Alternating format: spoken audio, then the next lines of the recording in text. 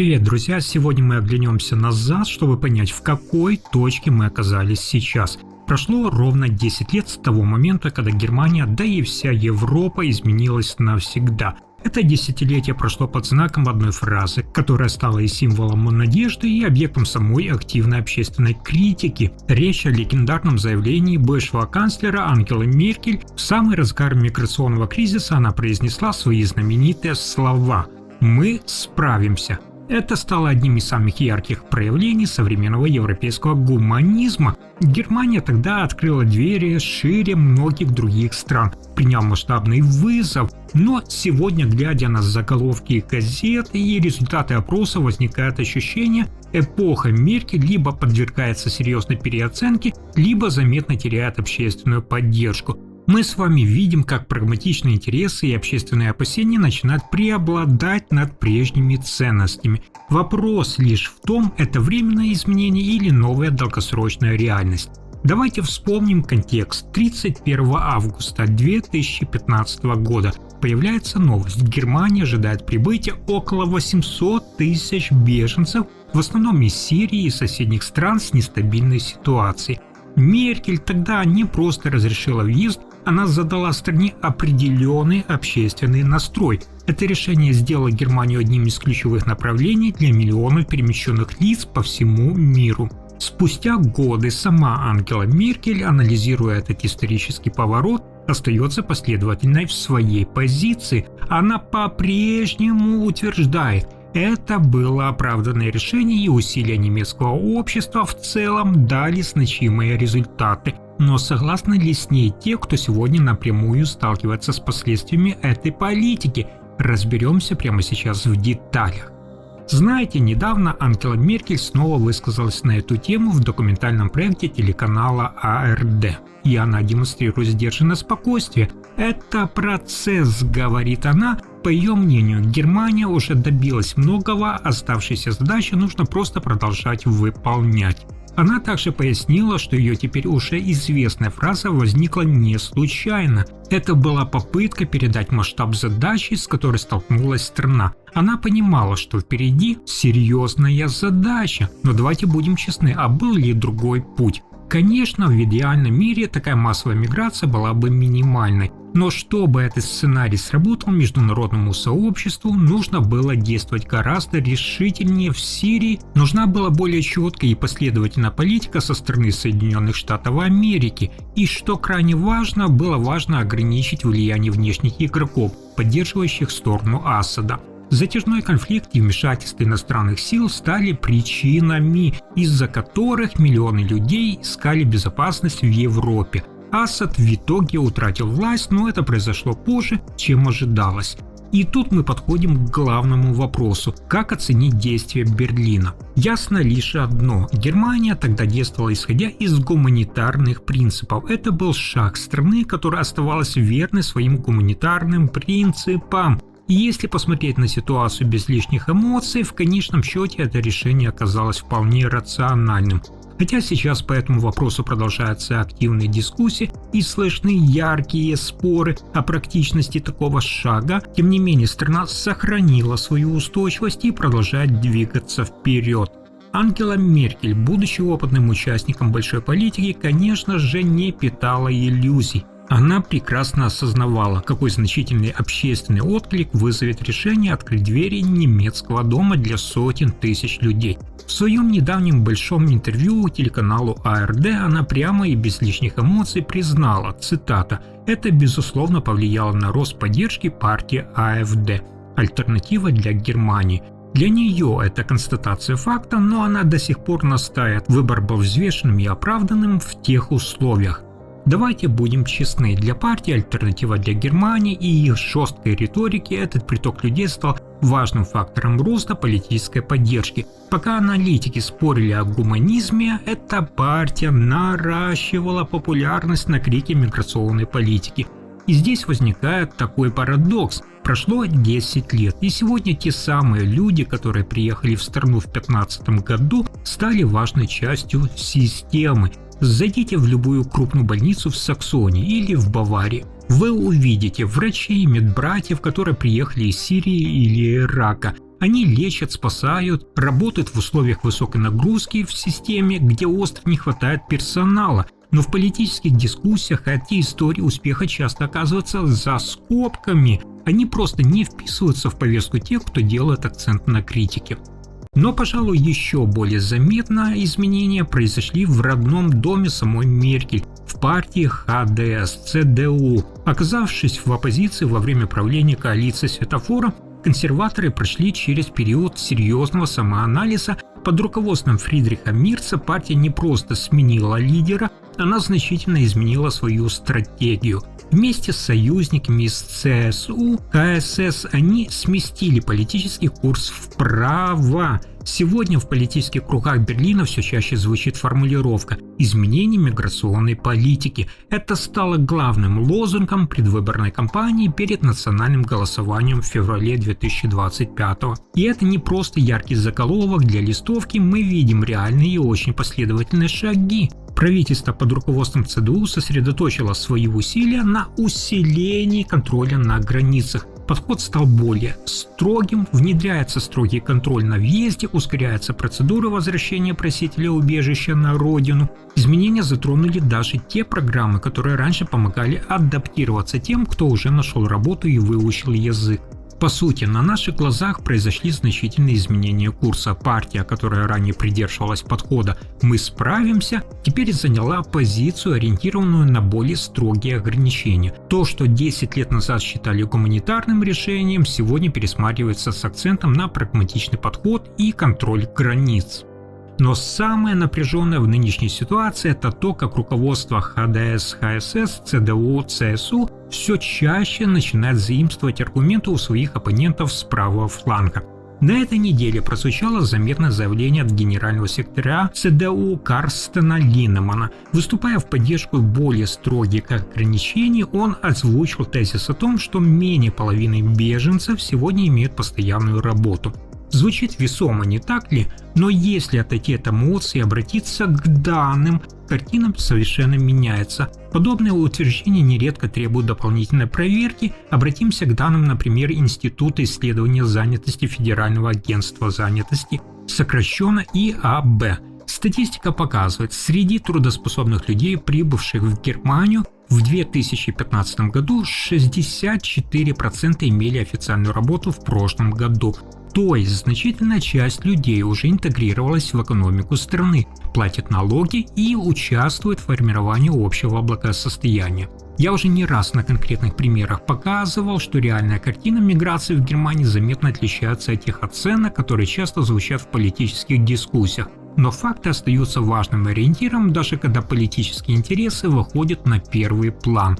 Лидеры консервативного блока продолжают использовать более жесткую риторику в вопросах миграции. Это попытка привлечь внимание тех избирателей, которые обеспокоены новостями о замедлении экономики. Людям все чаще транслируют мысль, что привычный уровень комфорта может измениться, а социальные блага становятся менее доступными. И в этой логике мигрантам отводится роль основной причины происходящего. Создается такое впечатление, будто именно они являются источником экономических сложностей. Хотя на ситуацию влияют и глобальные изменения, и внутренние управленческие решения. Фридрих Мерц и его окружение, или, как говорят итальянцы, тутти куанти, это значит и все остальные, похоже, рассчитывают, что смогут конкурировать с альтернативой для Германии, используя схожие темы. Однако это рискованная стратегия, свежие опросы общественного мнения показывают, избиратели в таких ситуациях часто выбирают более последовательную позицию.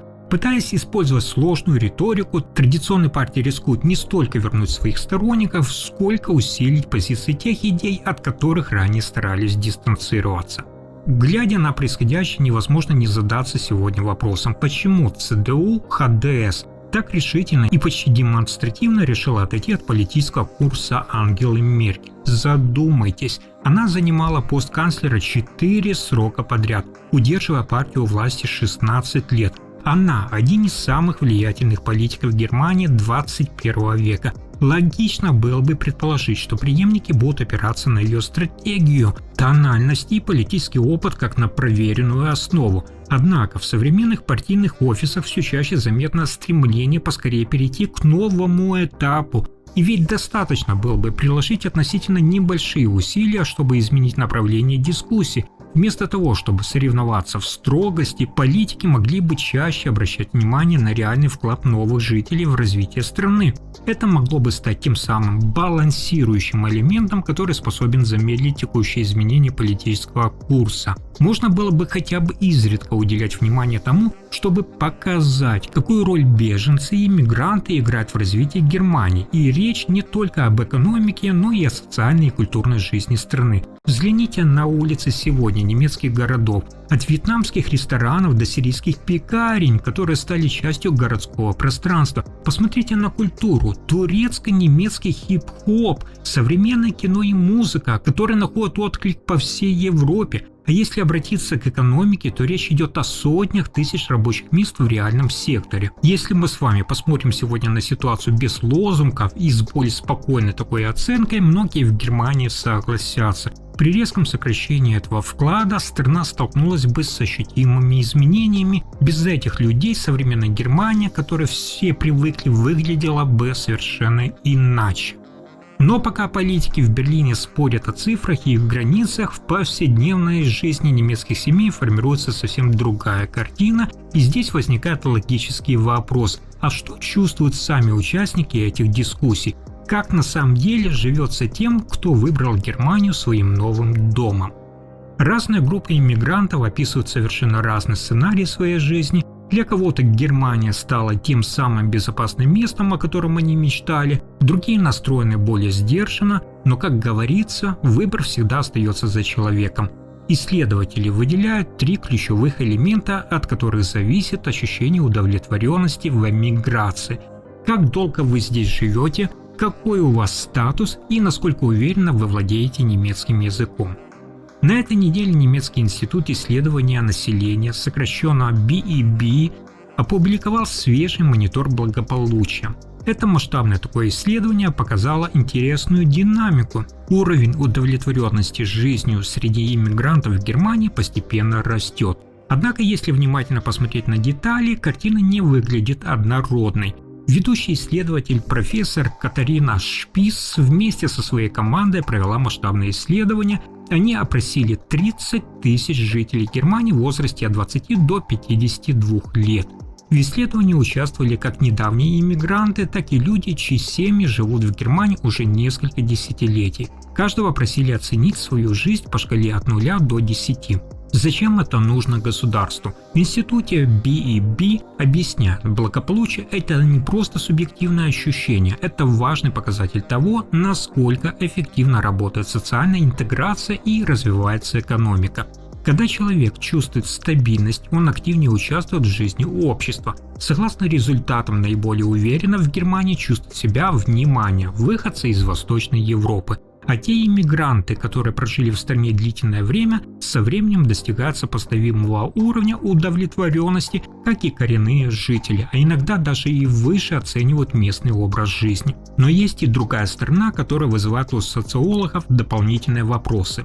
Оказывается, потомки иммигрантов, те, кто родился уже в Германии, как правило, менее довольны своей жизнью, чем их родители. Это заметная и во многом неожиданная тенденция, она заставляет задуматься, почему те, кто с самого начала имеет больше возможностей, ощущают меньшую удовлетворенность.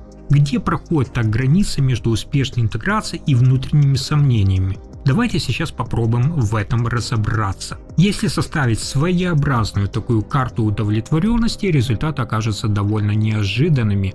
Наиболее оптимистично оценивают свою жизнь в современной Германии выходцы из Восточной Европы, в том числе из Польши и стран бывшего Советского Союза. Почти каждый четвертый из этой группы оценивает свою жизнь как очень успешную. Это заметно выше среднего показателя по стране, который составляет около 17%.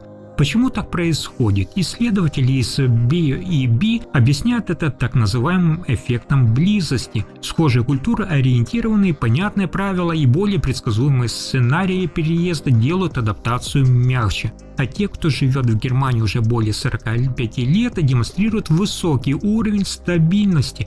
Для них привычная среда, знакомый ритм жизни и выстроенный быт становятся ключевым элементом удовлетворенности. Со временем адаптация усиливается и закрепляется. В то же время у других групп ситуация складывается иначе. Иммигранты из стран Азии и Африки чаще сталкиваются с более сложным процессом адаптации. Исследователи отмечают несколько причин. Это и культурные различия, и отдельные случаи дискриминации, с которыми люди могут сталкиваться в повседневной жизни. Кроме того, сам путь в Европу для многих был связан с серьезными испытаниями, последствия которых ощущаются и спустя время. Отдельные различия наблюдаются среди тех, кто прибыл в страну в поисках убежища.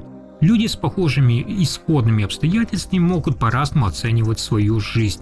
Например, часть беженцев из Ирака отмечает более низкий уровень удовлетворенности текущим положением. В то же время многие выходцы из Сирии, напротив, сообщают о более высокой степени удовлетворенности своей жизнью в Германии. С чем же связана такая разница? Исследователи указывают на особенности административных процедур и правового статуса.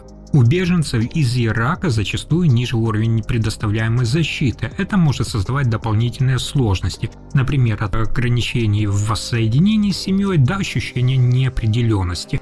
Когда человек длительное время не уверен в своем будущем, уровень удовлетворенности, соответственно, снижается. В таких условиях статус проживания становится важным основанием, от которого во многом зависит дальнейшая жизнь человека в новой стране. Особое место в исследовании B&B занимают украинские беженцы. Здесь уровень тревожности и неудовлетворенности текущей ситуации предсказуемо выше. И дело не в бытовых условиях или административных процедурах. Психологи объясняют это синдромом отложенной жизни. То есть, когда на родине продолжается сложная ситуация, срок пребывания в новой стране еще недостаточен для полной адаптации. Человеку трудно почувствовать стабильность. К этому добавляется и возрастной фактор. Пожилые люди, оказавшиеся в эмиграции, чаще других сталкиваются с социальной изоляцией. Одиночество в новой языковой среде становится серьезным испытанием, которое может затронуть любого, независимо от происхождения. Но наиболее показательные выводы связаны с так называемым парадоксом интеграции. Сегодня примерно каждый четвертый житель Германии имеет миграционный опыт. Это значительная доля, более 21 миллиона человек. Почти половина из них уже имеют немецкое гражданство, а многие родились в Германии. И здесь статистика показывает интересную динамику. Среди тех, кто приехал в Германию самостоятельно, доля людей, оценивающих свою жизнь как очень успешную, превышает 22%, а среди второго поколения, то есть их детей, этот показатель составляет около 14%. Возникает вопрос, почему при знании языка, образовании и равных правах уровень удовлетворенности оказывается ниже? Ответ предлагает эксперт по интеграции Аладдин Эль-Мафалани. Он описывает закономерность: чем успешнее идет интеграция, тем выше могут быть ожидания. Первое поколение часто воспринимает стабильность и безопасность как значительное достижение. Их дети, в свою очередь, стремятся к более активному участию в общественной жизни и разным возможностям. Когда ожидания не полностью совпадают с реальностью, это может вызывать более острую реакцию. Речь идет не о противостоянии культуры, а о стремлении быть полноценно включенным в общество. Подводя итог своего масштабного исследования, специалисты из B&B делают важный вывод. Экономическая стабильность, доступная медицина и качественное образование – это основа. Но для устойчивой интеграции необходимы и конкретные политические решения. Эксперты отмечают, в Германии важно ускорить процесс признания иностранных дипломов. Более быстрые процедуры и расширение доступа к языковым курсам позволяют людям быстрее включаться в общественную жизнь. Также важно уделять внимание психологической поддержке тех, кто пережил сложный жизненный опыт. Такие состояния требуют системного подхода и внимания. Кстати, о языке. Статистика показывает устойчивую связь между знанием немецкого и уровнем удовлетворенности жизнью. Опросы демонстрируют, чем реже в семье используют немецкий язык, тем выше вероятность трудностей в повседневной адаптации. Язык становится тем важным инструментом, который помогает не только в официальных вопросах, но и в общении с окружающими. Но есть и еще один интересный момент. Пока многие стремятся переехать в Германию, часть самих граждан рассматривает возможность жизни за ее пределами. Хотя их доля невелика, в 2024 году страну покинуло около 0,4% граждан. Речь все равно идет о значительном числе людей, выбравших жизнь за границей. И здесь наблюдается любопытная такая тенденция. Согласно данным монитора благополучия, некоторые немцы, переехавшие в другие страны, оценивают свою жизнь более позитивно. Причины часто связаны с климатом, стоимостью жизни и уровнем покупательской способности. В ряде случаев доходы из Германии позволяют чувствовать себя более уверенно в других странах. Мир находится в постоянном движении, одни находят в Германии стабильность и предсказуемость, другие ищут новые условия за ее пределами. И в этом постоянном поиске более подходящей среды отражается одна из ключевых тенденций современности. На этом у меня пока все. Спасибо, что досмотрели до конца.